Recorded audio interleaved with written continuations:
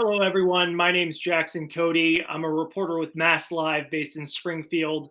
And I'm here today with Vice Admiral Dr. Matthew Nathan, a Harvard University fellow and the former Surgeon General of the U.S. Navy. We're months into the coronavirus pandemic now, and Dr. Nathan is joining me to talk about a group of coronavirus patients called COVID long haulers, individuals who tested positive for the virus months ago, may or may not have been hospitalized, but either way, they're now seeing longer term complications from the viral respiratory infection, even months after contracting it. Thank you for joining me today, Dr. Nathan. How are you doing? I'm doing well, Jackson. And thanks for the opportunity. I'm trying to enjoy this fall weather Yes, and while I know it's here. you're down in North Carolina, so you're enjoying some warmer weather than we are up here in Massachusetts. Yes, sir. Yeah. Now, I find this issue very concerning, very interesting. Individuals who tested positive for the virus months ago and are still seeing issues related to the virus, medical issues related to the coronavirus. Can you start off just explaining to me what a COVID long hauler is? Sure. It doesn't have a precise definition other than the fact that it's somebody who has experienced or been infected with the COVID virus and uh, is suffering from symptoms weeks to months later after the infection has come and gone. And those symptoms can be a myriad of different problems and issues. But it's people who are in it for the long haul. Mhm. And so, what are some of these longer term complication medical professionals are seeing in COVID 19 patients? Because what I'm hearing is it's not just, the straightforward lung and heart issues, it's also less clear cut medical problems or issues like brain fog and fatigue that, like I said, may not be as clear cut. So, can you explain to me some of these longer term complications, some of these symptoms that COVID patients are seeing months All after? true.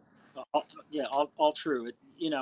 Um, when I talk to patients or people who've experienced COVID and were had a tougher go than just a light touch by it, and you say, "Oh, you had COVID? Yeah, I had it months ago." And how you doing? I'm not doing great. I still feel very tired. I feel fatigued. I get headaches. Uh, Several people will say, we feel that we're just foggy. We just don't feel quite right. You say, well, you sound okay. You sound like you're talking fine. And yeah, but I just don't feel quite right. Others have more definitive symptoms, such as I'm still short of breath when I exert myself. I still feel like I get heart palpitations. I just am not back to 100%, and there's something going on with me. Chronic fatigue, uh, weakness, um, inability to feel fully energized. And then some people with specific things have anxiety, chest pains, shortness of breath, those kinds of things. Mhm. And can you explain to me how common this issue is? Are we seeing this in a large swath of individuals? Or is it hard It to depends where you, yes, yeah, it's a great question because it depends where you set the bar. Because we know there's a lot of people who have been infected with COVID who don't even know they had it and never knew they had it, other than a test. But there's also a great deal of people who have had it and who feel some subjective impairment once the virus has been cleared from their system. So for example, for the people who are generally sick enough to be admitted to the hospital, some studies have shown that over half of them still have residual impairment of their lungs and their heart by measurement, by tests, after the virus is cleared. Because we're still in the infancy of COVID, meaning really it's only been since the middle of winter that we really started studying it in earnest and seeing all the dramatic effects, we don't have enough longevity with it to see how long these symptoms last. The Mhm. concern is that it may be creating chronic ailments and damage to certain vital organs that may result in impairment for a long, long time. Yeah. And I think it's worth sort of noting the timeline on this because uh, COVID 19 started to ramp up across the United States in March, several months back, and doctors and medical professionals have started seeing these longer term complications just recently, it seems like. So I think that timeline's worth noting. Uh, may I ask you, what are some of the challenges associated with treating COVID long haulers? Yeah, I'm trying to get off.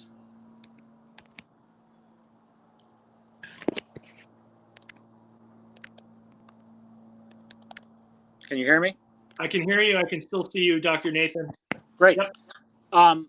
So some of the challenges are that the symptoms can be very nondescript. They Mm, can,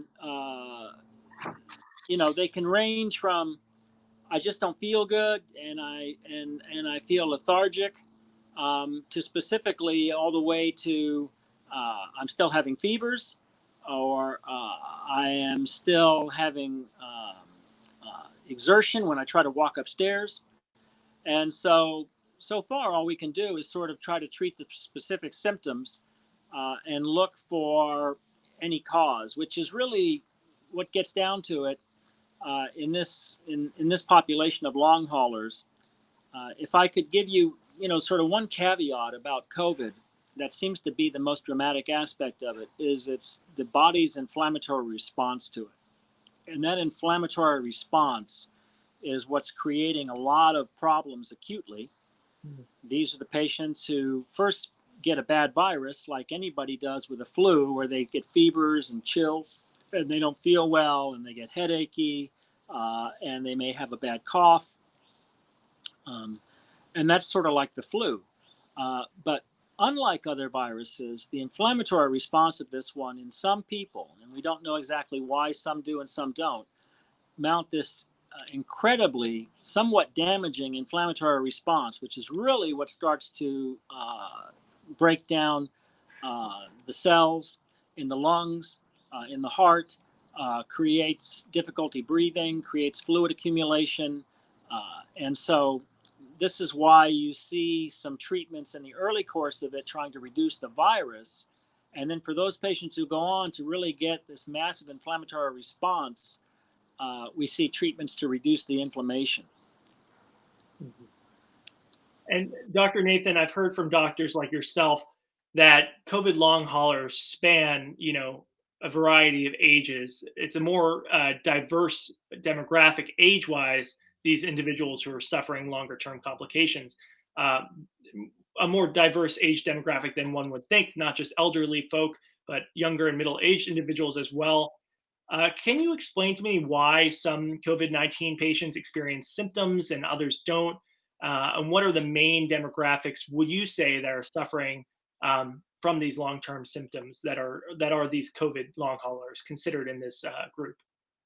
Yeah, thanks, Jackson. I mean, that truly is the million and/or billion-dollar question: is Hmm. why are some people so sensitive and affected by this virus, and some are not? Um, and all kinds of theories are being proffered out there as to previous immunological issues and blood types and all kinds of things. But the answer is still eluding us as to why, you know, uh, 30 college students in the class can all come down with it by positive test, but only one really gets knocked off their feet. Um, and so at the end of the day, you're correct, though. We know that based on your age and based on relative risk of morbidity and or mortality is from this virus. That's why people are worried about the president. He's in his mid 70s and he's, you know, considered overweight. And so those people have a higher risk factor Hmm. than somebody in their 20s.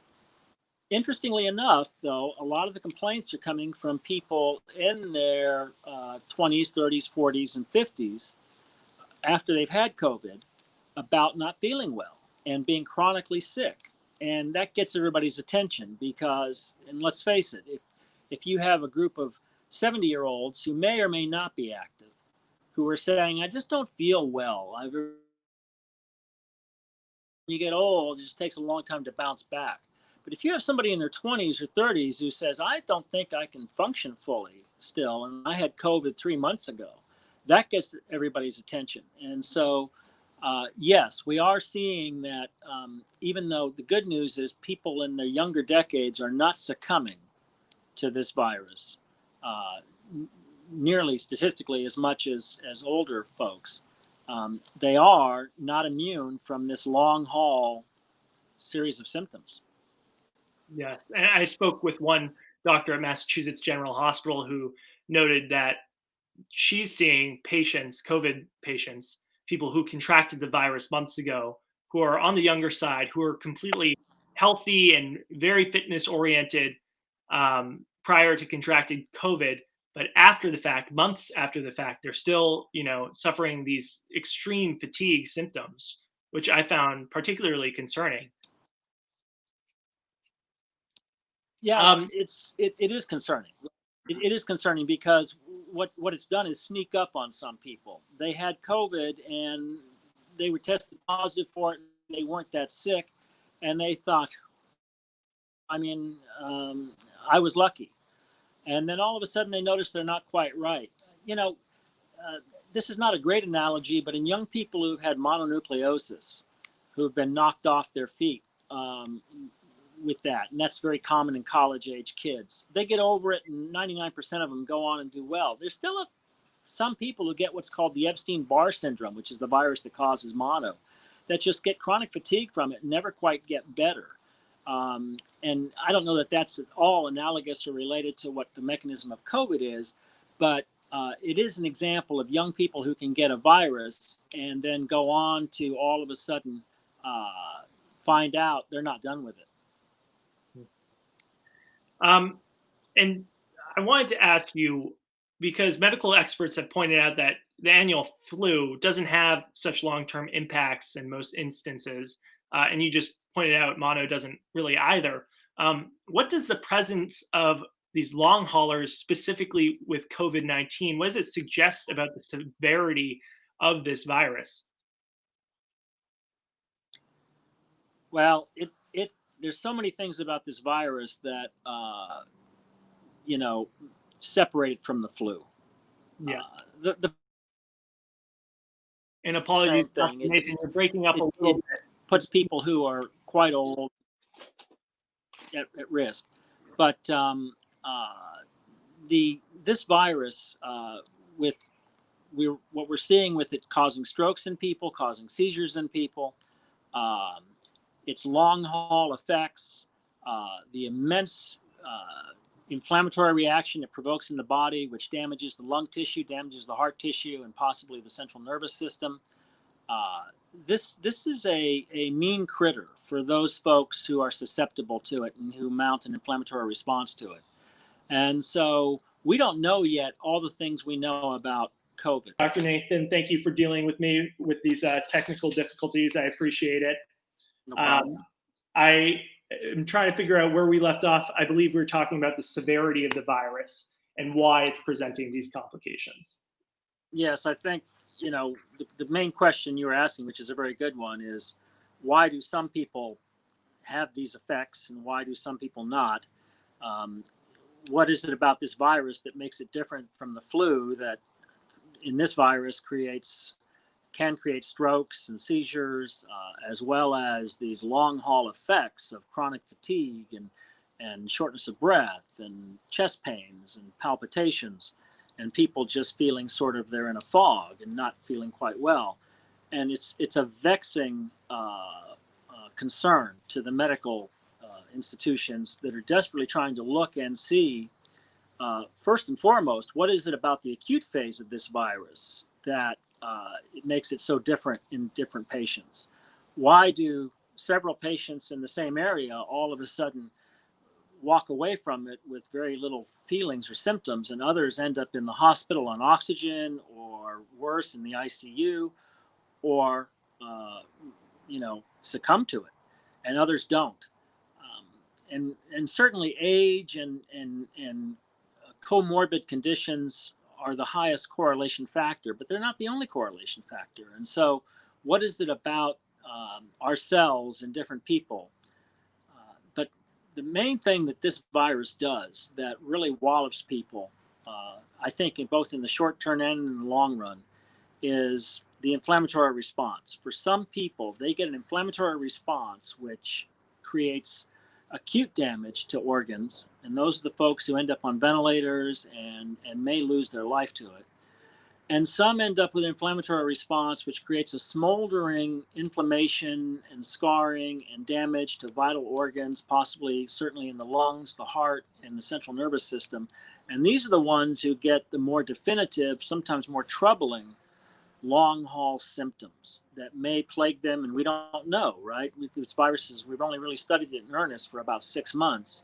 So we don't know if 6 months from now, a year from now, or 10 years from now, people who are having these kinds of damages and these kinds of symptoms are going to still be somewhat debilitated from it. And that's why this long haul aspect of it has become so prominent in the medical literature. And like you said, that's what seems to be, the $1 million question, why some people are seeing these months-long complications while others don't. That seems like the pretty key question to all of this. And to your point, Jackson, the good news is if a younger person gets COVID and gets over it, we expected that, because fortunately young people do not get that seriously ill from acute COVID infection. However, we're now seeing young people who didn't have much of a significant illness, but now are complaining weeks and months later, I'm not quite right. I don't feel quite right. And so how much of that is anxiety, social deprivation, just the immense fog of COVID over everybody, and how much of that is actually the body succumbing to an inflammatory response that's creating some of these symptoms. As well as behavioral health issues, how much of that can be linked to that, just being cooped up inside one's home, suffering through issues like depression, anxiety, how does that cross over? There are a lot of factors, it seems like, based on what you're saying, that are worth noting in all of this. They're playing into all of this. And Dr. Nathan, I want to mention, right now you're working to get COVID long haulers back to normal, collaborating with medical as well as pharmaceutical experts, including Dr. Fauci's team at the National Institute of Allergy and Infectious Diseases, to develop a therapy that may reduce and even prevent some of the long-term effects that we're talking about that many patients are experiencing right now, many COVID patients are experiencing right now. Can you tell me a little bit about your work in these efforts as a Harvard University fellow and how such a therapy would help so-called long haulers? Sure. Well, specifically in my case, again, I center back on that inflammatory response. And enough, a few years ago, I was made aware and became an advisor to a company that was developing a medicine that can thwart the effects of the inflammatory damage on healthy cells by nuclear radiation. And that's important, right? Because of a couple reasons. One is there are patients who get radiation therapy for their cancers.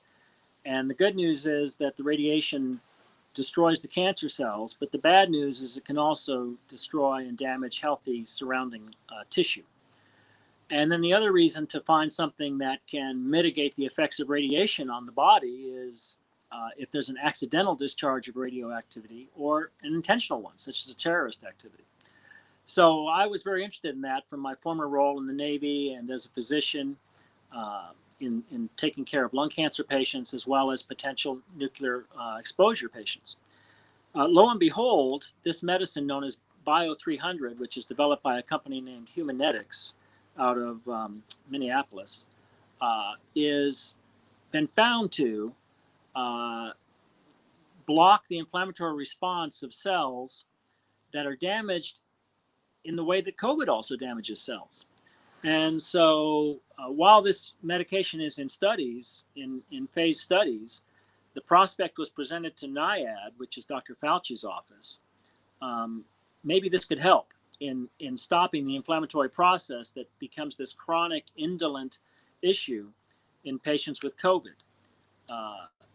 NYU, which was an epicenter of COVID back in the early days, and unfortunately, if what we're seeing in New York is true, may become one again, is vitally interested in trying to find something that will change the curve on these patients who are experiencing especially pulmonary complications after COVID.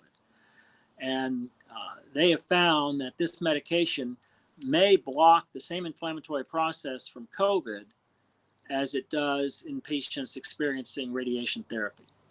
So there's a trial that's been designed now under the auspices and the funding from Dr. Fauci's office to try this medication, which has been so far proven to be a very safe, no side effect, orally administered medication. Remember, it's being tested already for patients who are receiving lung cancer treatments, and as a potential remedy and prophylaxis for patients exposed to nuclear radiation. So that's a really fascinating overlap, nuclear exposure and then COVID. It all comes down to the inflammatory response in the cell, right? Almost every disease process we have is cellular based. Whether you have high blood pressure or a stroke or epilepsy or whatever, somewhere there's a derangement in the cells of that organ system which are creating problems. And so in COVID, it's the inflammatory response of the cells in the lungs and the heart and some other areas that really play havoc with people. If you can block that inflammatory response, and same thing in radiation therapy. When you get radiation therapy for your cancer, or you're exposed to a accidental or intentional release of ionizing radiation, it's your cells that pay the price. And so this is a trial to see if this Bio300 compound can truly show the results in patients with COVID that it has so far in patients with lung cancer receiving radiation therapy. Well, that's particularly fascinating, and good luck with that work. Yeah, I think it's going to be important to find out one way or the other. But regardless, these are the kinds of studies that are needed, because anything that can help break the inflammatory cycle, which, by the way, is sort of the reason that people who are on ventilators and who get seriously ill are given dexamethasone, the steroid, to help reduce the inflammatory response of the body in cellular destruction. Interesting stuff. And Dr. Nathan, I wanted to ask, and I've asked you this before, and I think it's an important question as we, learn from the current pandemic and look to future potential public health crises. Based on what we've learned from the coronavirus so far, what will medical professionals and drug makers need to keep in mind when it comes to preparing for another, superbug or viral outbreak? So we've had several novel viruses pop up in the world theater over the last several years. H1N1, the SARS virus, the MERS virus, MERS virus, and they're all sort of related. And the big difference with them is that even though they were fairly virulent, meaning they create a lot of damage and could kill people, they didn't have the infectivity pathway that this COVID-19 does. The big challenge with COVID-19 is that people can walk around with it, not know it, and give it to a lot of people, super spreaders, as it's known as. And so with the other viruses, even though they may even been more deadly, it was easier to find out if somebody had one because they weren't as asymptomatic. Our challenge is going to be that there will be more mutations coming, more novel viruses coming, and it may not be another 100 years before we have a pandemic like this. It may be another 5 years or another 50 years. What we have to do now is we have to use our technologies and advances from this virus to discover what the inflammatory processes are, how to stop them at the cellular level, how to create rapidly monoclonal antibodies for treatment and antivirals, and most importantly, and I think this is one of the great things that will come out of this tragic pandemic, is expeditious vaccine development and new technologies to figure out how to tailor a vaccine sooner than later and get it to people sooner than later. And it looks like we're doing that with this. We don't know yet, but again, that's a whole nother topic for a whole nother day. But vaccines normally have taken historically 5 to 10 years to prepare. We're going to have one here probably within the next 5 months. Yeah, so that's basically within a year or about a year's worth of work toward developing a vaccine, Right. which seems fairly unprecedented. Yes, absolutely. Now, Dr. Nathan, I really appreciate you answering all my questions about COVID long haulers, especially as we move forward into the pandemic, where I'm assuming that many professionals, medical professionals like yourself, are anticipating seeing even more COVID long haulers, people with these longer term complications. But I wanted to turn our attention to a different topic entirely. You mentioned before we hopped onto this call that you were the former commander of the Walter Reed National Military Medical Center in Bethesda, Maryland, and that's currently where President Donald Trump is being treated for COVID. He announced last week on Friday that he and First Lady Melania Trump were diagnosed, tested positive for COVID-19, and that's where he's being treated right now. There's been some, discrepancies in terms of, communication from the White House about how severe his conditions are. And you mentioned before on the earlier call that, he's in a high risk demographic. He is above the age of 70. He is also considered overweight. I want to ask, how concerning is it for you, this mixed messaging about the severity of his conditions? Well, as a former commander of the sure. facility that he's being treated at. Sure. Again, if you wanted to design a very complicated and challenging scenario, then have the President of the United States come down with COVID. And he has. And so now the physicians who are taking care of him and his White House staff need to do really 3 things, in my opinion, right? Number one is they need to make sure that the country feels confident in that he's getting the care he needs and that the business of the country is going on.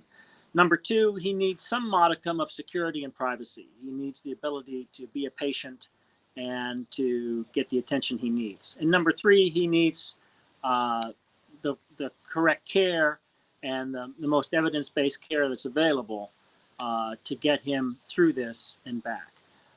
We're all hoping, regardless of our political affiliations and everything else, we're all hoping that this patient, has a less effects from COVID and recovers quickly. We're all worried because we've seen patients who do well in the early onset, and then all of a sudden, the body's inflammatory response kicks into high gear, and they start having more and more problems. So far, it looks as though the president's doing okay. His medical team, I think, in trying to be ginger in what they give to the American people and to the world listening, probably didn't recognize the amount of scrutiny that every word they utter is given. And so, lesson learned. I would agree with the other pundits on the media that the treatment regimen he's on is a little bit inconsistent with his activities and his actions. One indicates a more severe disease, but clearly watching him and seeing his actions indicates that so far so good. I won't even begin to second guess his medical team. They are superb physicians. They are trying to carefully balance the needs of the nation, the patient's demands in this case, because he's not just a patient, he's the president. The patient's demands. Probably the most unique patient they could ever, care for. Right. I mean, at the end of the day, he may be your patient, but he is also the president, and he gets a vote. He has to decide in partnership with his physicians how much of a vote he gets and how much of a vote they get. But they're trying to balance all those necessary things that the president needs as far as rest and convalescence the ability to show that he is still doing his job, all these things. And until their hand is forced hard one way or hard the other, it's going to be a delicate balancing act. I'm heartened by the fact that he has the strength to do the things he's doing. That said, I have mixed emotions about him getting in a vehicle and driving around Wisconsin Avenue. Yeah, I was going to ask you about that, and I think it's worth explaining what happened, where he went into the back of his presidential motorcade and drove around outside the medical facility waving to supporters, despite the fact that he had just recently tested positive for COVID. That seems like a potential area of exposure, does it not? Well, I think that a lot of people are going to have very definitive and opposite reactions to that. I think some people are going to say, good on him. This shows the world and the country that our president is mobile. He's able to get out and wave to people. The country's, he's in charge, and the country's being run, and he's all in. And I can see aspects of that. On the other hand, it sends a message to people that if you have COVID and you're on to the point where you require a variety of significant medications, that you can get in a car and drive around. I don't like that aspect of it, because there are people out there who can't distinguish the fact that he's the president. And I worry that he sends a message to some people who have COVID, maybe not a serious case of it, put a mask on and get in your car and go somewhere. If the president can do it, I can do it. So I worry from the public health example of that. And yes, there are people, if you're in the vehicle with them, you're going to be at increased risk. I don't know their status. I don't know, whether they... Like the Secret Service. The Secret Service. Again, so that is not going to be without controversy. And again, if somebody says, I think it sent a good message in one ways, I'd say, I don't disagree. It sent a horrible message in other ways. I don't disagree. Understood. Well, thank you again, Dr. Nathan. I do really appreciate you answering all my questions. I know they ranged the gamut. Again, my name is Jackson Cote. I'm a reporter with MassLive, and I was speaking today with Dr. Matthew Nathan, the former Surgeon General of the U.S. Navy, Harvard University Fellow. Thanks again, Dr. Nathan. Thank you, Jackson. Have a great day. Yeah, take care.